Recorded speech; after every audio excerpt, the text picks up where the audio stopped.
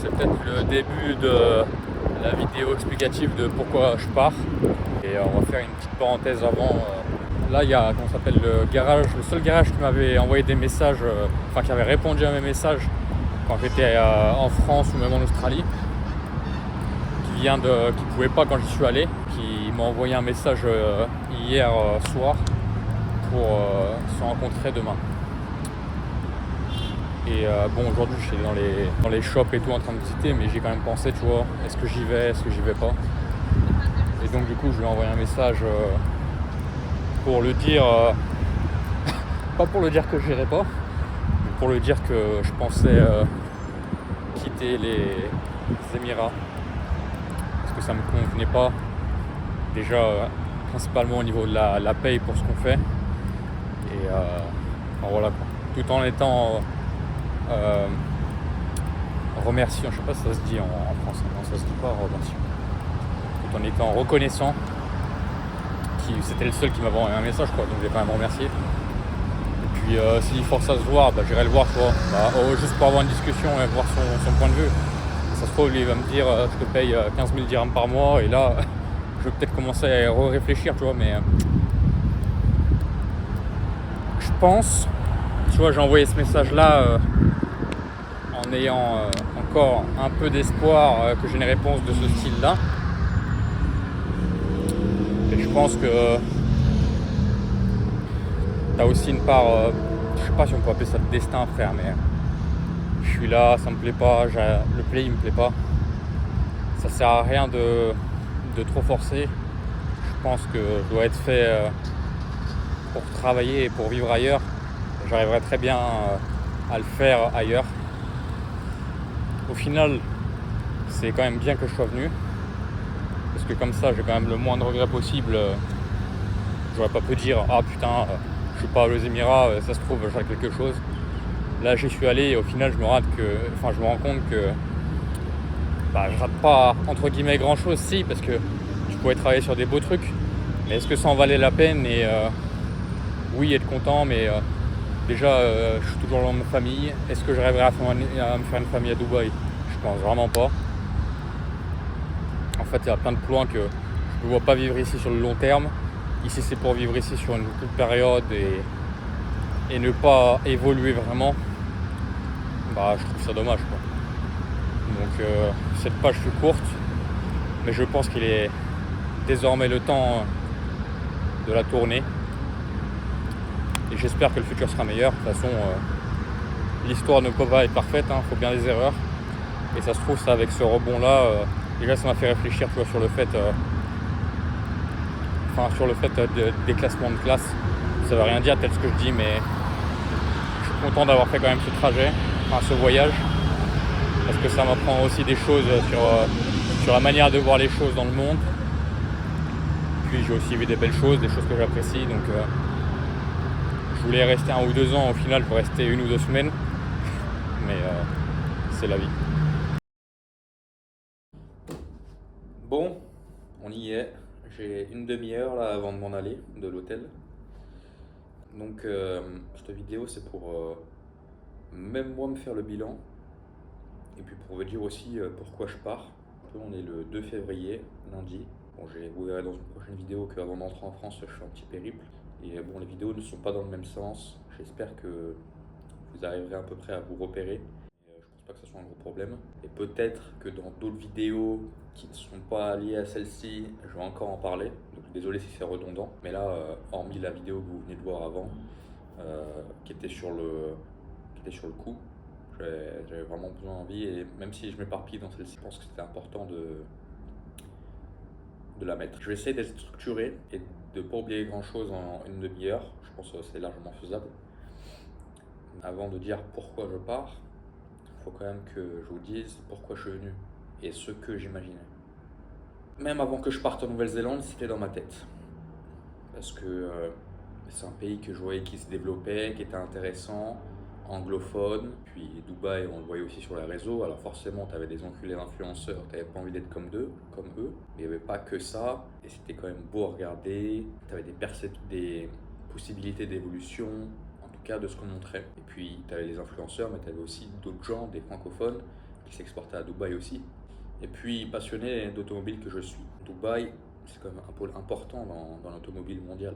En plus, en sortant mon BTS moteur combustion interne, moi ce que je voulais faire c'était préparer des voitures. Donc ça peut encore paraître un peu abstrait pour ceux qui ne s'y connaissent pas, mais en gros c'est faire des voitures de course pour la route, mettre plus de puissance, rendre des voitures plus fun à conduire, avoir de plus grandes performances, améliorer ces voitures-là, faire du tuning tout simplement. Donc ça peut s'apparenter à Fast and Furious ou je ne sais quel autre film, mais ici à Dubaï, en regardant notamment les vidéos d'Alex, Alpha Delta 06, quand tu voyais tout ce qu'il y avait, la préparation, des nombres de puissance, des chiffres et des chiffres qui étaient invraisemblables, et puis tu voyais quand même qu'il y a une passion, et cette passion, vous m'excuserez, je l'ai pris là, mais avec cette putain de clim ici et avant, je suis un peu, bref, je suis un peu mal. Je vais pas mourir, ça va. Je reste focus, faut que je reste focus. Donc ouais, ça me faisait rêver, je vais peut-être vous mettre des vidéos comme ça sur ma voix, parce que bon, me voir comme ça assis sur une chaise, un truc, je vais essayer un peu de faire du montage pour cette vidéo là. Le pays vraiment me faisait rêver, en vue de, en France, ce que ça recrutait, après je suis en Nouvelle-Zélande, ça recrutait pas, en Australie ça recrutait pas, et moi mon BTS je voulais pas l'utiliser pour, entre guillemets, rester devant une cellule moteur à Renault Trucks, 8 heures, l'alarme de l'usine elle sonne, tu sors. Moi je suis pas comme ça, tu vois, j'aime travailler pour faire de l'argent, et on y reviendra aussi après, parce que on va me dire ouais tu dis que tu aimes travailler, mais au final tu te bats, on verra sur d'autres chapitres de cette vidéo. Mais et ouais tu vois j'aime travailler, et je me vois vraiment pas être de ma vie, de me mettre sur une chaise, de faire des tests et tout. J'en ai dans la tête, sans prétention. Donc je peux très bien faire un taf de bureau, mais je pense que ça m'ennuierait de faire que du bureau. Et j'ai besoin d'utiliser mes mains, d'utiliser mon cerveau et mes mains, tu vois. C'est un peu ce que mes parents m'ont donné. Mon père m'a donné les mains et ma mère m'a donné le cerveau. Je veux pas, tu vois, je voulais pas me faire ça, et donc en vue de mon BTS, et c'est pour ça aussi que j'avais choisi ça, c'était de travailler sur les voitures, de faire de la préparation, parce que l'ingénierie ou les tests en grande entreprise, ça ne me plaît pas. Et à ce jour, si je vais chez un constructeur, c'est vraiment un constructeur entre guillemets petit, enfin petit en nombre de salariés, d'infrastructures, ça peut être, je ne sais pas, enfin moi dans ma tête c'est Bugatti, tu vois. Pourquoi pas un plus gros préparateur, esthétique, truc type Brabus ou autre. Mais je me vois ni dans une cellule, ni une écurie de course, pourquoi pas. Mais avec le temps, je suis devenu un peu plus compétiteur, et c'est pas plus mal. Mais je me vois pas régler le détail à la microseconde, le machin, chercher la performance pour gagner autant. Je veux faire quelque chose de fun aussi de ma vie. Donc voilà, Dubaï c'était vraiment un rêve. Je m'y voyais limite vivre toute ma vie si c'était. Si tu vois, mon seul problème c'était la chaleur. Et au final, là, on verra que la chaleur, je l'ai même pas vécu, que je me suis rendu compte qu'il y avait d'autres problèmes. Vraiment, je pense que c'était vraiment un de mes rêves. Je me voyais vraiment vivre ici. C'était proche de la France, moins d'une journée de voyage. C'était faisable en fait. Vivre dans un pays où il fait très chaud l'été, mais tu peux partir en vacances. Et le reste de l'année, il fait très bon. Il y a du soleil à peu près partout. Au final, je me suis rendu compte que c'était pollué. Il faut que vous le compreniez vraiment, j'insiste. C'est vraiment un endroit où, avant d'y aller, de ce que je voyais, je m'y voyais vraiment vivre, pourquoi pas toute ma vie, quoi. Maintenant, pourquoi je pars? Il y a plusieurs raisons à celle-ci. Alors je vais les donner de celles qui me viennent le plus rapidement en tête, mais c'est peut-être pas la plus importante qui vient en premier ou la plus importante qui vient en dernier. Hier, j'ai envoyé un email à ma fidèle abonnée, et je vais essayer de m'en rappeler, parce que bon, vu que là l'ordi il est dans le sac, le téléphone, je peux pas accéder à mes mails, mais que je développe un peu plus ce que je lui ai écrit. Premièrement, un des trucs qui m'a je sais pas si c'est le plus abattu ou pas, mais en gros, je suis parti, j'avais fait ma liste de garages, j'avais à peu près une vingtaine de garages de préparation sur Dubaï.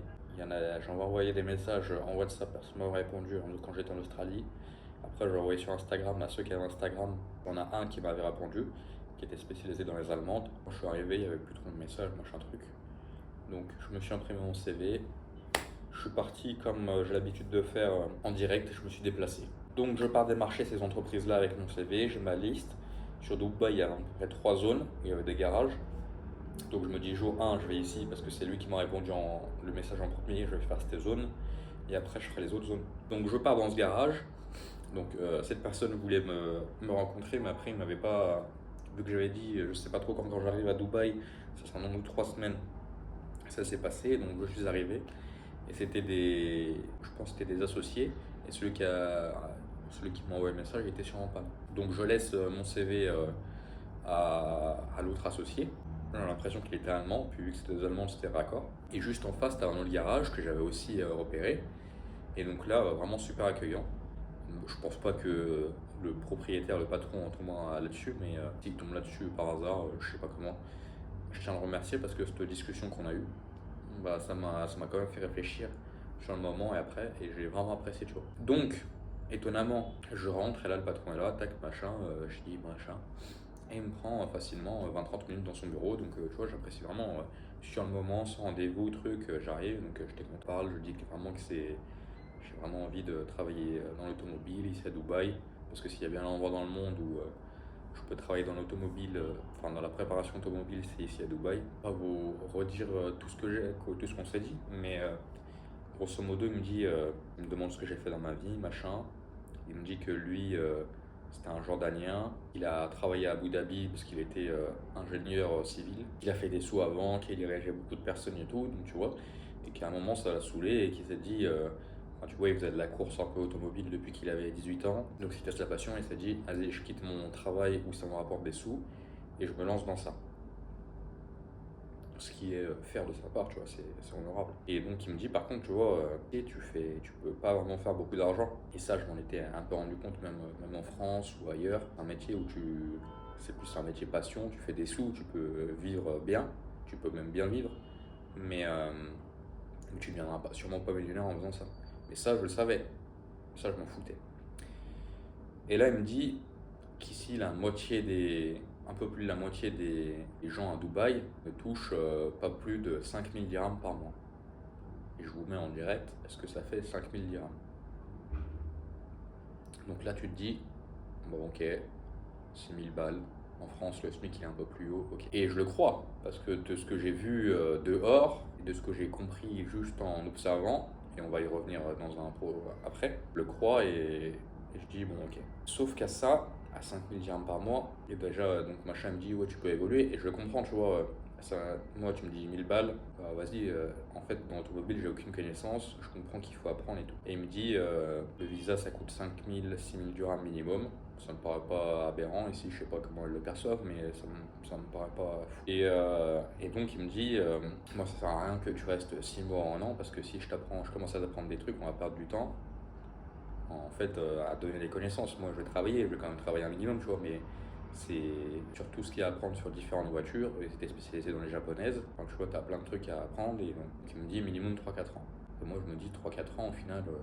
Tranquille, tu vois, vu que je m'y vois peut-être y vivre, je m'en fous. Donc il me dit, pourquoi pas, si tu veux faire, pour être sûr, vu que tu as un visa visite 90 jours, je peux te faire un mois de test avant qu'on signe le visa de travail, machin truc, tu vois, super faire. Après je me suis rendu compte, il m'a dit autre chose aussi, il m'a mis un coup, c'est que le loyer pour un studio tout seul, je pense pas que je me remettrai en coloc, mais pourquoi pas, tu vois, ça serait environ 3000-3500 dirhams par mois. Donc là, je payais 5000 dirhams par mois, que je mette 3005 dans le loyer. Alors la bouffe, l'essence, je sais pas comment elle coûte, je sais que c'est moins cher que l'eau elle est même pas super chère.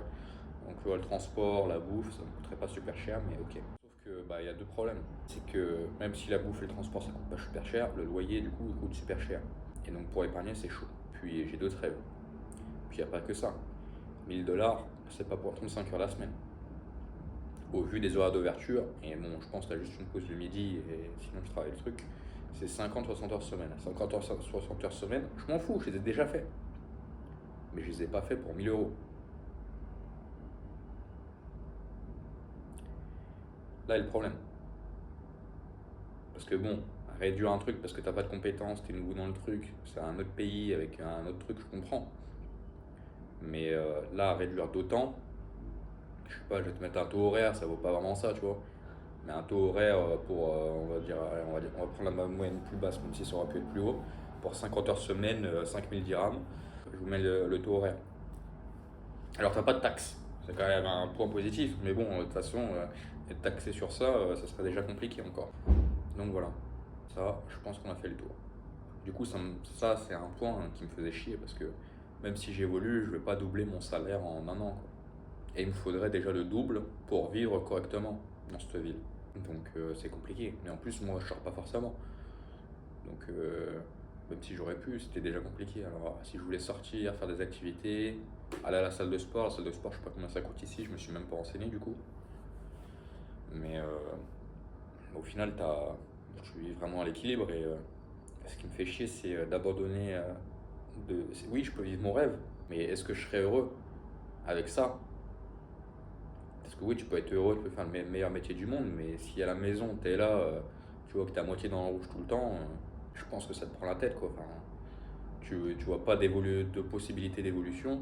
Alors oui, moi, mes rêves, c'est des voitures aussi, mais c'est avoir, je sais pas, une femme, des enfants, et avoir une femme, des enfants. De leur donner tout l'amour du monde, à un moment, faut mettre des sous sur la table pour aller les nourrir, pour aller faire des activités et tout, quoi. Donc, pour acheter une maison. Donc, ça m'a vraiment mis bas, quoi. Et puis, lui il me l'a dit, mais après, quand j'ai été faire d'autres garages, et je vous invite à aller voir la vidéo où je cherche vraiment du travail, et ça sera un peu plus complet là-dessus. Bon, au final, c'était un peu partout pareil. De ceux qui m'ont dit, tu vois, il y en a deux, trois qui m'ont dit à peu près les salaires. Ça tournait tout autour du même nombre, quoi, même autour du même salaire. Deuxième point, c'est le fait que Dubaï, ça soit malsain et fake. T'arrives, tu vois une belle ville, machin, des belles voitures. J'ai jamais vu autant de supercars dans une ville, aussi grosse que ça en plus. C'est vraiment impressionnant. Donc, premier jour, moi, j'arrive dans un bel hôtel, machin truc, je vois des belles choses, nouvelle culture, nouveaux trucs. Puis après, je pense que ça m'a mis quand même un coup. C'est peut-être l'un des trucs qui me fait partir, mais c'est aussi un truc qui m'a fait beaucoup réfléchir, qui m'a permis de me rendre compte de certains trucs et de pousser ma réflexion encore plus sur le fait qu'il y avait des inégalités folles. Je bouge de mon hôtel parce que c'était réception 24/24, j'arrivais de nuit, c'était le plus simple, mais je pouvais pas me permettre de payer le prix de la nuit pendant une semaine. Donc je prends un truc pas trop cher, mais je voulais pas être en dortoir, je voulais avoir ma propre intimité et je vois des trucs où c'est chambre. Bon, je me dis chambre, même si c'est un lit simple, ok, ça va être une chambre, je vais pouvoir tourner autour, il y a la toilette et douche commune, ça je m'en fous, je l'avais fait en Nouvelle-Zélande, c'était très bien, tu vois. Et j'avais essayé de regarder chez l'habitant, mais ça se fait quand même beaucoup moins ici. Bref. Et là, je tombe dans ça. Ah, ça m'a mis un coup, frère. J'ai payé ça pour une semaine. Atroce.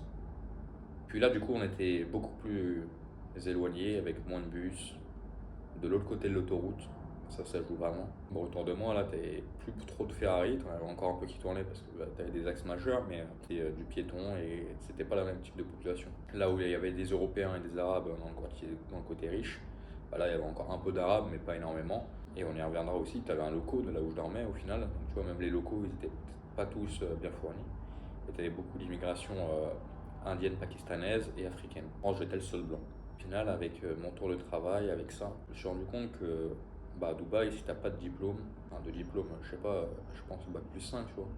Si tu fais pas du commerce, de la finance ou autre chose, et bah tu seras pas payé cher, tu seras même, on peut dire, exploité. Et même si tu évolues un petit peu, bah, ça va être compliqué parce que dans ces domaines-là, tu gagneras pas forcément d'argent beaucoup, que les tarifs resteront bas toute la vie, quoi. Et là, je me rends compte des inégalités de fou malade. Parce que ouais, la bouffe ça coûte pas cher, le transport ça coûte pas cher, le truc bidule ça coûte pas cher parce que c'est tenu par des gens qui sont sous-payés. Donc vu que t'as pas de coût de main-d'œuvre, bah forcément le produit coûte pas cher. Par contre, le logement, bah c'est qui gère ça? C'est les agents immobiliers, c'est les finances. Donc là, boum, ça coûte super cher. Et ça, ils s'en foutent les riches. Vu que eux ils mangent pour pas cher, ils payent aux Indiens. Et eux ils facturent cher l'habitat. En fait, c'est les pauvres, ils font pas cher aux riches, donc du coup, eux, ils sont pauvres et les riches, ils s'enrichissent, et les riches, ils font cher aux pauvres, donc du coup, eux, comment ça s'appelle, ils s'enrichissent et ils payent pas beaucoup en contrepartie. Et là, les inégalités, je pense que c'est peut-être l'un des points là, qui m'a le plus déçu de Dubaï, quoi.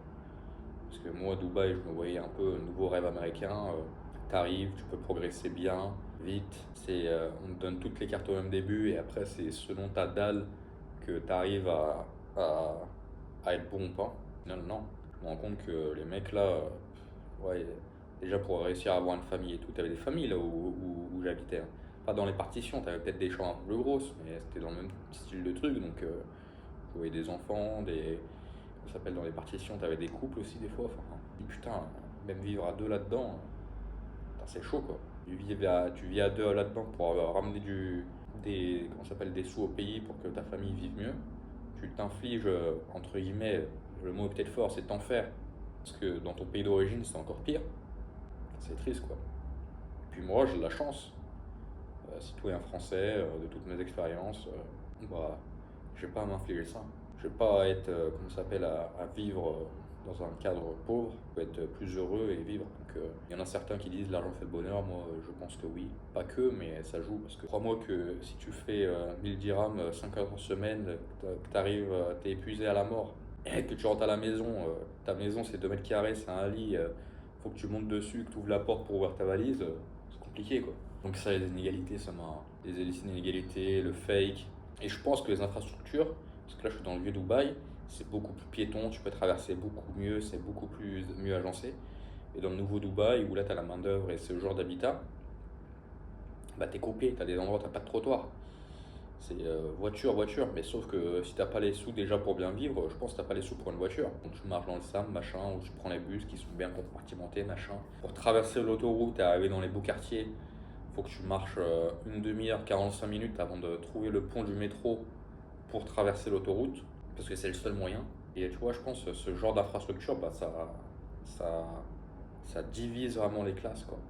Ça te freine ta progression. Alors moi, je suis un trou du cul, je viens de marcher, j'ai fait que ça, je crois que j'ai jamais autant marché. Mais j'ai jamais autant marché, pas parce que Dubaï est faite pour ça, mais justement, elle n'est pas faite pour ça, donc du coup, il faut que tu marches plus pour accéder à un autre point. Puis les transports en commun, c'est pas ouf non plus, hein. Ils ont une grosse ligne de métro, mais déjà grosse, et c'était blindé, et ça, on y reviendra aussi, je pense. Donc le dernier point, c'est les gens là sur place. Alors je pense que ils sont peut-être, je pense pas que ça soit que culturel et que ça soit que de nature.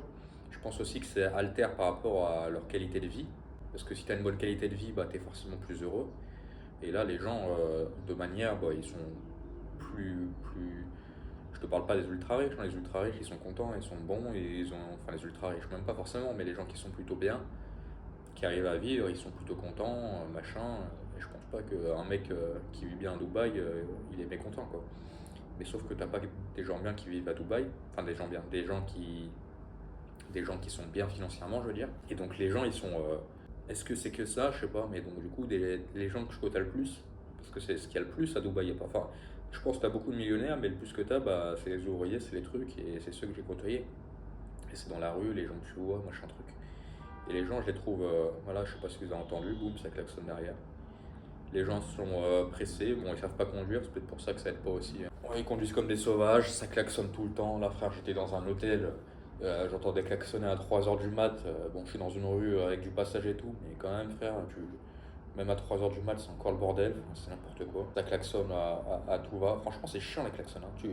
En France, tu t'en rends pas compte parce qu'au final, c'est de temps en temps, on dit souvent les Parisiens, les Lyonnais, les Marseillais, ça klaxonne beaucoup. Au final, comparé à ici, c'est vraiment rien du tout. C'est chiant, vraiment, c'est pesant. T'as tout le monde qui klaxonne, machin, truc. Enfin, les gens sont aigris, ils sont pressés pour pas grand chose. Là, quand j'ai pris le métro, rien que quand tu rentres dans un ascenseur, quand je suis allé au Dubai Frame, frère, t'as tout le monde qui essayait de doubler, machin, qui poussait, comme si c'était normal, tu vois, tu poussais un peu. Je dis, tranquille, t'as le temps, frère, tu fais la queue, normal. Prends le temps. Et les gens, ils sont pressés pour rien, boum, boum, boum. Alors, moi, déjà, je suis speed, je trouve. Je suis speed dans mes trucs, tac, droite, machin. En fait, là, je suis speed, mais je suis pas impatient. Et là, les gens, ils sont impatients tout de suite, machin, truc, bidule, pour rien, pour rien. Tu peux attendre. Dans le métro, ça te poussait, c'était la guerre. Les mecs, ils poussaient, ils faisaient ni attention aux femmes ni aux enfants, tac. Ils avançaient comme ça, c'était impoli. La plupart des temps, quand je suis allé faire mes courses, quand je suis allé dans la rue, machin, truc, tu peux rendre un service à quelqu'un, même pour bonjour, ça je crois, j'ai dit bonjour à personne, hormis quand j'ai une réelle interaction. Les gens sont impolis, disent pas merci, tac, pour te demander un truc, boum, ils repartent comme ça, comme si au final t'étais une merde. Ils sont impolis, respectueux, sales, bon, ça, t'as des personnes dégueulasses un peu partout, donc voilà quoi. Mais ouais, les gens ici, en fait, ça commence à me saouler. Et je commençais vraiment aussi à devenir autant aigri qu'eux. Parce que bah, vu que tu me donnes pas le respect, bah, c'est un cercle vicieux. Et t'es impoli avec quelqu'un, bah, je suis de moins en moins impoli avec les gens. Je suis de moins en moins gentil. Enfin, vraiment, ça altérait ma personne, quoi. Moi, je suis content, je suis heureux, je suis gentil et j'ai envie de rester comme ça. J'ai pas envie de devenir aigri, machin truc. Vas-y, connard, c'est moi qui va passer en premier sur la route, machin truc. Ça m'arrive des fois, doucement, tranquille, je sais. Mais là, c'était vraiment trop, beaucoup trop récurrent. Vraiment, là, les gens, ils me saoulent. Je pense que je serais resté encore plus longtemps, je serais devenu raciste contre les Indiens, quoi. Alors que les Indiens, frère, Australie, Nouvelle-Zélande, c'était des pépites. Là, c'était vraiment des gens bien, je m'entendais vraiment bien avec eux. La frère dans la rue, vraiment, les Indiens à Dubaï, les Pakistanais à Dubaï, les Noirs, ça va pas trop. Mais, oh, casse-couille de. Ça me casse les couilles vraiment d'être avec des gens comme ça, frère. Tu te doubles comme ça, vraiment, ça me casse les couilles. Vraiment, c'est peut-être un des trucs qui m'énerve le plus. Et le fait que je commence à m'énerver de plus en plus, bah, ça joue aussi dans cette décision de quitter ce pays. Donc voilà pourquoi je quitte Dubaï. Je pense pas regretter. Maintenant, j'ai déjà pris des décisions. C'était pas comme si c'était la première année que je m'en allais à l'étranger, c'est proche de la France. Je suis content d'être parti en Nouvelle-Zélande, ça m'a bien formé. Là aujourd'hui, je sais que faut pas que je perde mon temps. J'aurais pu faire un mois de test là-bas, mais au final, je sais déjà dans ma tête que je ne serais pas resté plus pour toutes les raisons que je vous ai citées. Alors, à quoi bon, moi, entre guillemets, pas perdre un mois, j'aurais peut-être kiffé ma vie, mais faire perdre un mois à mon employeur, machin truc, ça sert à rien. Ça me ressemble pas d'avoir du vice comme ça, donc autant partir. Maintenant, qu'est-ce que je fais dans ma vie? Je ne sais pas. Je peux faire plein de trucs, j'ai été bon à droite, à gauche. Je pense que j'arriverai largement à me démerder. Dieu merci, j'ai des sous de côté avec déjà en France, que ce soit en France, en Nouvelle-Zélande, en Australie, j'ai mis de côté, donc je peux me permettre. C'est pour ça que je me suis dit, vous m'excuserez pour le vocabulaire, nique sa mère, tant que je suis dans la région, autant kiffer au max, frère, je suis dans la merde. Et bon, au lieu d'aller pleurer, de machin, de rentrer direct en France, je vais profiter à la mort. Sur ce, là je me presse un peu sur la fin de vidéo parce que je dois rendre la chambre, mais j'espère que j'ai été complet dans tout ce que j'ai dit. Je ne pense rien avoir encore oublié. Si j'oublie des trucs, je les mettrai sûrement dans les commentaires de cette vidéo, juste pour un truc, je pense vraiment que j'ai rien oublié. Je vous souhaite une bonne journée. Merci à tous vos messages qui étaient déçus quand je vous ai dit que j'entrais et que c'était déjà fini. J'ai vraiment apprécié. Et ça m'a fait aussi réfléchir avec les personnes à qui j'ai échangé pour vraiment me convaincre que j'avais pris la bonne décision. Bisous à tous, c'était Guigui.